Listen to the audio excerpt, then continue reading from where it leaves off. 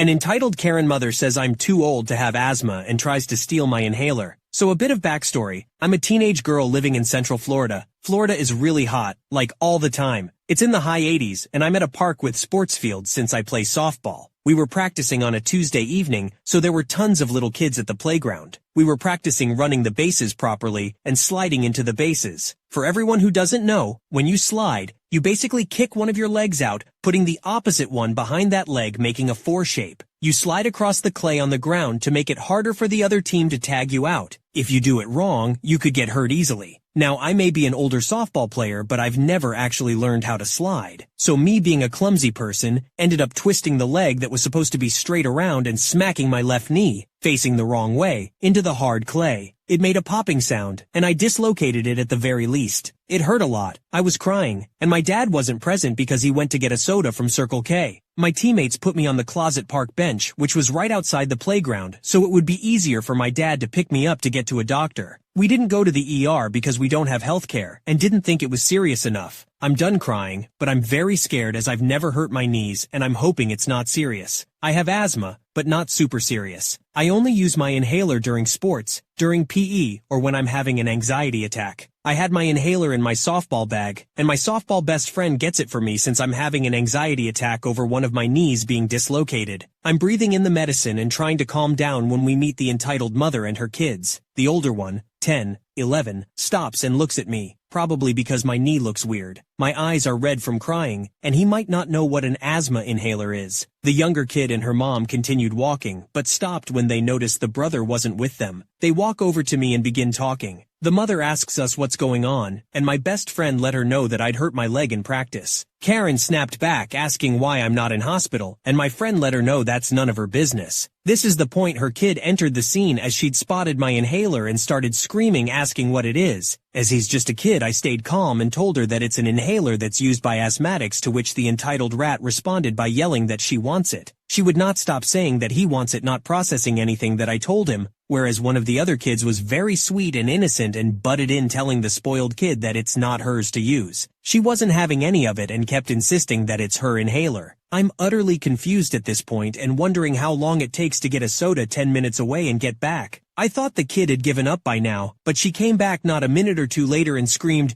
"Give me my puffer back!" I was in too much pain to argue, so my best friend took the lead once again, letting her know that it's not her inhaler. Now her mom butted back into the conversation, telling us that if we don't give her daughter her favorite toy back, then she will call the police on us. My friend called her crazy, and Karen muttered like a typical Karen would, "How rude! Teenagers have no respect for adults these days." Now entitled mother grabs the inhaler from my hand. I'm shocked into the point of more tears. I start gasping for breath because I'm terrified she's going to run off and I won't be able to breathe. Thankfully, my friend was quick to respond and yelled, "WTF do you think you're doing?" Karen wasn't trying to run off and kept arguing, saying she's taking her daughter's toy back from the annoying teenagers. At this point, my dad finally runs up and tells me to get up to leave. My best friend quickly summed up what had happened and informed my dad that Karen had my inhaler. My dad is very level-headed, so he calmly just asked, "Please, could you give it back?" Karen didn't change her story and said, "It's not hers. It belongs to my daughter. She's too old to have asthma anyway." Now my dad may be level-headed, but he is not a small guy. He's 6'6" and broad. He used to be an Air Force officer and looks pretty scary sometimes. A switch flicked in his head at this point and he snapped, letting Karen know that she is one of the stupidest people he's ever met. Karen lived up to his statement as she said that she should be pressing charges as me and my friends stole her daughter's favorite toy. The innocent kid actually interrupted her, saying it's not true and that her mother had stolen it. My dad was losing patience and asked again to please return the inhaler so he could go and treat his daughter who's injured. The mother claimed that I'm just exaggerating and not actually injured. My dad snapped back, calling her the B word and demanding the inhaler back. Karen now drops the racist and sexist card, along with saying, "You men think you own everything. I'm white. Her family is white. How is that racist?" Karen and my dad start yelling and arguing, and I'm gasping for breath still. I hadn't been paying attention to the innocent kid, and I hadn't seen him for a while, but now stood in front of me with my inhaler. Bless him, he had seen I was struggling, and this little angel took my inhaler from his little sister and was handing it to me. I was so grateful I hugged the kid after getting my breathing back to normal. As soon as Karen saw this, she screamed at the top of her lungs, "Stop assaulting my son!" I'm so sick of this lady that I just stare. Entitled kid is crying, the mother is furious, and innocent kid just says run. My best friend motions to my dad to pick me up and go, so that's what we do. The sweet child tried to hold back his mom, which surprisingly worked because this kid was pretty tall and his mom was pretty small, and my softball coach came out to help him. We made it to a walk-in clinic, and they popped my knee back in. Currently, we don't know what's still wrong with it, and we're going for a MRI.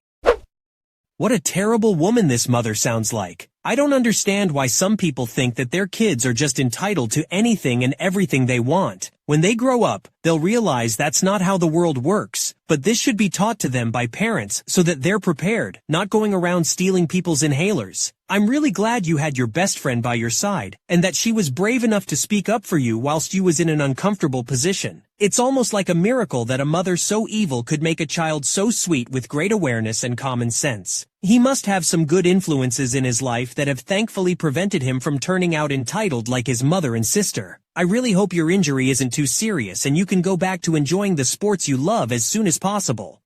This is how a wild Karen got arrested with a felony. I'm a 35-year-old father of 2 boys. I have PTSD due to time overseas and have the physical scars to match the mental scars. I have an incredible wife that knows me and knows what situations I should avoid. My children are amazing, but this story revolves around my youngest son and my service dog. Jay, my youngest son, has autism, and we share a special bond because some things that set him off also put my teeth on edge. Spike, my English bulldog, he's my service dog. He's well-trained, lazy, judgmental, and overall uninterested in anything he can't eat. He's also very in tune to Jay and my emotions, and will provide a distraction when we get overwhelmed. Basically, he's like, "Oh, you're stressed? Here, scratch my butt. You'll feel better and I'll get attention." It's a win-win. So here's the story. My family recently moved to Texas. Because we now live very close to an amusement park, we got memberships. Shout out to the park for being amazing when it comes to special needs. This particular park in Arlington, Texas has a special program for autistic people. They have rooms set aside to chill at if you're overstimulated, so you can relax, go back out, get overstimulated again, and round you go. With Jay, we also don't have to wait in lines. This is a huge thing in the cause of this story. The park has a pass that lets you skip most of the lines, and they charge an arm and a leg for this. However, with that pass, you still end up in a line of the hundreds of people that also have that pass. Jay gets no lines at all. We get a special pass and we go in through the exit. The worker signs the pass and we go on the ride. Jay has a favorite ride, the log ride. There has been days that we would ride the log ride over and over, then eat. We also have the food pass, which we pay for, then go back to the log ride. On this day, T, my oldest, and Jay wanted to go on the log ride. So we made our way to the exit and left wife and Spike in the shade because someone has to stay with him, and bulldogs plus rides don't mix. As we were going in the exit, a woman started screaming at us. I have absolutely no hearing on my right side, thanks high pressure wave, so didn't consider it worth turning my head to listen. Now because we ride this ride almost exclusively, the workers on this ride know us by name and sight. Jay even talks to them, which is rare. We go in, show the pass, sit and ride. This time though, Karen, the woman that was screaming at us as we were walking in through the out, made her way to where the speedy pass ends at the ride, where a red shirt will check her pass and let her go on her way. She didn't even want to ride. She just wanted to yell about us going in through the exit and how we are abusing the system. Now anyone that looks at Jay can see he's in a world all his own, and wouldn't be surprised if he's literally reading the future or talking to aliens. He's awesome. The red shirt tries to calm her down. T is getting upset because he's a normal 9-year-old and adults yelling is uncool. Jay, making his excited sounds and waiting for the log to stop so he can get in. We get in, and as we float away, we still hear Karen screaming. The ride ends, and we exit. We figured we would never see Karen again, but obviously as I point this, it didn't go that way. Karen appeared like a dark brother after making the sacrifice, Elder Scrolls reference, hooting and screaming. She is screaming that just because Jay is an R-word doesn't mean we get extra rights. The screaming causes Jay to let out his super screech. Now anyone that knows autism knows that autistic kids have superpowers. In Jay's case, it's a supersonic ear-shattering high-pitched screech that makes your eyes swim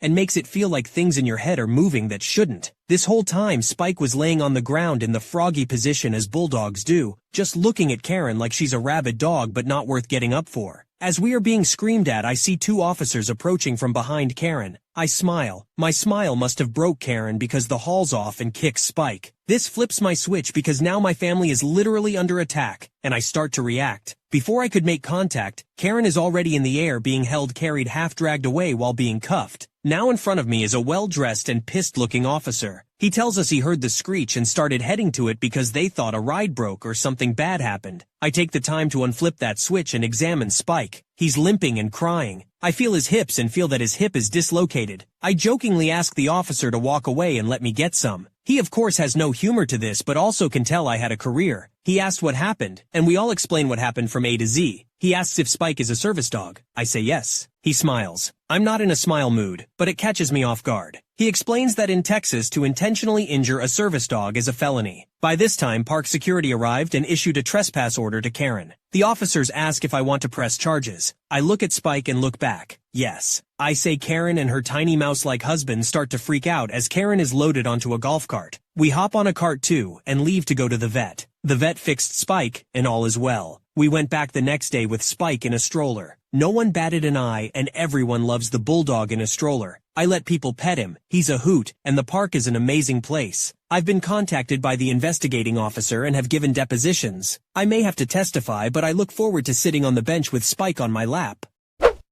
I can't even begin to imagine how ridiculous and out of line this woman was. First of all, let me just give a shout out to the amusement park for having amazing accommodations for special needs individuals. That's awesome. But then we have this Karen, who apparently didn't even want to go on the ride. She just wanted to scream at our OP and his family for using the special pass to skip lines. Can you believe that? And then, to top it off, she kicks their service dog, Spike, causing him a dislocated hip. I mean, come on, Karen, have some decency. And to think, all of this because of a ride at an amusement park. I'm so glad the officers were around to intervene and arrest this woman for her felony. What do you guys think of this absurd situation? Let me know in the comments. Anyways, y'all should watch this next video on screen where a racist Karen calls cops on a black dad who has a white son. Yeah, that's just sad to be honest. An entitled mother insists that I share my Nintendo Switch with her child on my flight, and when I said no, she freaked out. Here's what happened. The scene is a Southwest airline flight. I was sitting in a window seat next to two lovely women, and directly horizontal from us was an empty seat, a mom, and her son. The flight was taking off. For those who don't know, you are required to stay seated and keep your seatbelts on for the beginning of the flight until the captain says otherwise. I was strapped in my seat and decided to take out my Nintendo Switch from my carry-on beneath my feet. Excuse me, ma'am? I didn't realize at first that the mother in the seats horizontal from me was trying to get my attention. She unbuckled her belt and moved to the empty seat by the aisle, closer to me. Ma'am, with the video game! I lifted my head, but the stranger next to me nudged me as well. That lady wants to get your attention, the woman next to me muttered. I turned my head to see this woman leaning across the aisle with her hands on the armrest of the aisle seat in my row. Sorry, she began. I just wanted to know if there was any way that my son could use that game for a little while. I'm so sorry, I began. My Nintendo Switch is just really important to me. I don't feel comfortable giving it to anyone I don't know. I don't even let my sisters play with it. I was going to continue, but the woman cut me off. Oh, my son's not like most kids, she replied. He's not destructive. His cousin has one of those and he knows how to play. She smiled and set her hand out. The two women seated next to me looked at me as if they were also in disbelief. I'm sorry, I said again. I just don't feel comfortable. I brought it for me. How old are you? The woman said with a huff, retracting her hand and slapping it on her lap. I'm 25, but I don't see how that matters, I replied, growing exceptionally uncomfortable. Well, she began, clearly sounding agitated. My son is 8. This is an hour and 45-minute flight and he just wants something to do. He can't see it for a few minutes? No, I am not comfortable with that. I'm sorry, but I'm expecting you to understand since this is my property. I put my head down and I unpaused my game, as to ignore anything she had further to say. Are you serious? She seemed genuinely livid. Well, insert child's name here. Sorry, buddy. Not everyone knows how to share, the woman said to the kid next to her. Her child started whining and kicking the seat in front of him. Thanks for this, she said to me. A sweet kid just wants to share with you and you're being ignorant about it. Before I even opened my mouth, one of the ladies in my row snapped back at her. How dare you bring that energy on this plane? She told you so kindly that she doesn't feel comfortable with passing her electronics to a stranger. The mother wasn't having it. She's an adult and can't share with a child for a few minutes of a nearly 2-hour flight. You should have brought something for him to do then. the woman in my row responded. It shut her up good. At the end of the flight, the woman collected her luggage from the overhead bins and said, "I hope you're happy going against God's word, not sharing with a child." Some of the people around us giggled. I'm sure that they all overheard the drama at the beginning of the flight. I've come across some entitled people in my life, but this strange lady took the cake. Ah yes, the old passage from the Bible that said, "What is mine, and what is thine shall also be mine." Corinthians 6:69. Jokes aside, it's pretty ironic she accused you of going against God's word, when she was literally breaking the 10th commandment by coveting your Switch, and probably was planning to break the 8th by not giving it back. In the future though, you need not to explain yourself or entertain further harassment. Saying just the word no is a complete sentence. A heavy Karen demands I give her a motor cart that I hired for my disabled mother. A bit of backstory, I was 28 at the time of this story. Me and my mother live together because I take care of her when I am not working as she is disabled and walks with a cane with difficulty. Me and my mother went to the Mart of Walls. I was wearing a red shirt that says, "Do me a favor and stop talking" on it. My mother looked to the area for the motor carts and saw none there, so we tried to troop on with just a cart. I could see she was hurting as we walked, and knew she couldn't make it all the way through our shopping on foot. I told my mom to wait whilst I go find her a motocart to help with things, and she thanked me. My mother just leaned against a wall as I dashed back to the entrance. Right as I got there, an older man was getting out of a motorcart and I was relieved. I asked how the charge on it was, and he said he had only been on it for a little bit, and was still pretty full. When he got off and left, I hopped on and started to drive it to where my mum was. Right as I was about to pass the entrance bay area, so I hadn't gotten far, I heard a voice. In comes the Karen, not bashing, but this woman was, well, a land whale. I'm not a small guy either, a bit on the chub side, but I wouldn't say I was fat. The Karen exclaimed, "Oh, thank the Lord, an employee is bringing a cart back for me. Please note, I am leaving the cart area, and I am wearing a shirt that's the exact opposite of this store's color." I looked back with a raised eyebrow. She then snaps her fingers and points at the ground in front of her, her gaggle of children around her like a herd of sheep. Seriously, there were like 8 kids around this woman. I calmly just let her know that I am clearly wearing a red shirt and do not work here. She followed this up by asking why I'm on a motorcart that's made for disabled people, whilst she glares at me as she folds her arms in front of her. I roll my eyes at her and give her the stink eye. My attitude twisted a bit here as I was losing patience, so I let her know that first off, you don't know whether I have a disability or not. Secondly, I am getting this for my disabled mother. I kid you not, she screams, "F your mother, I need it as I am fat." I completely had enough at this point and snapped, telling her being fat isn't a disability, and neither is being stupid, and with that I motored away as she stomped her foot like a toddler and was cussing me out. I ignored her at this point and brought the cart to my mother. I didn't tell her about the Karen as I didn't want to think about it. As we shopped though, I noticed that Karen was apparently stalking us through the aisles. No motor cart, but I would occasionally see her peeking around a corner glaring at me. When we left, I made sure an older lady got the cart. No arrests, no assaults, but we were stalked through the store by a land whale. I felt like a penguin being followed by an orca. It must have been a terrifying experience for you. I can't believe the nerve of that woman. First of all, to assume that you are not disabled and then go ahead and prioritize her weight over your mother's disability, it's absolutely ridiculous. She clearly knows her weight is an issue, so maybe instead of causing issues in public places, she should focus and work on herself. It's super weird she decided to proceed to follow you around, but I'm glad she didn't follow up with any crazy Karen stunts after the initial interaction.